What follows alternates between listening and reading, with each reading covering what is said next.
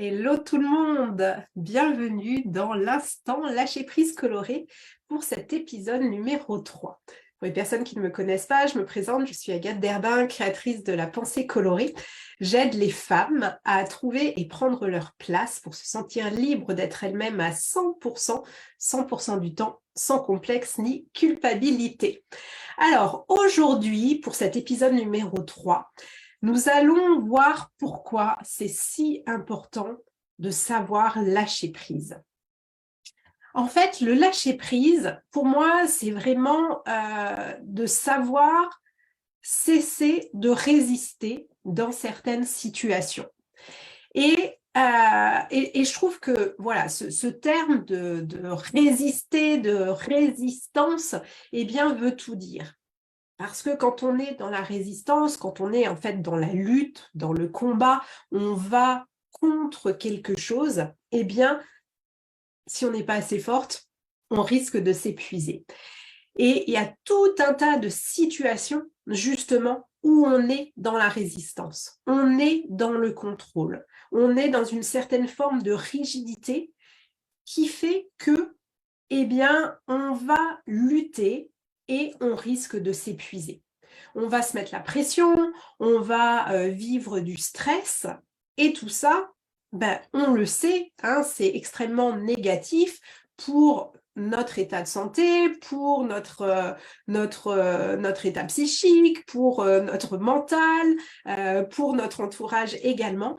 Donc, apprendre à lâcher prise, ça va nous permettre justement de s'apaiser, de vivre plus en harmonie, d'avoir moins de pression, d'être moins dans le stress et d'avoir une vie beaucoup plus harmonieuse, beaucoup plus fluide. On va le voir, selon les personnes, il va être important de lâcher prise dans certaines situations ou pas, dans d'autres. Ça va varier en fait selon les personnes. On ne va pas avoir besoin de lâcher prise sur les mêmes choses.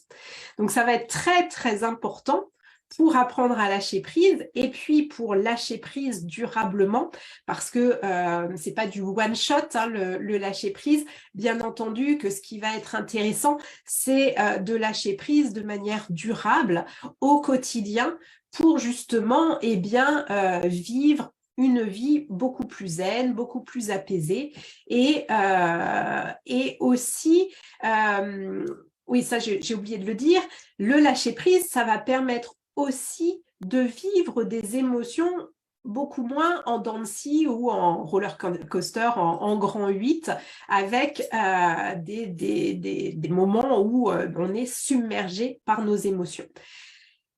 On le sait, je le dis souvent quand je parle des émotions, c'est tout à fait légitime hein, de vivre des émotions. Les émotions, c'est la vie. Mais ce qui va être important, c'est de ne pas justement être dans la démesure, dans des émotions qui vont être trop violentes, trop exacerbées. Et donc, le lâcher-prise va aussi nous permettre d'avoir une meilleure gestion de nos émotions.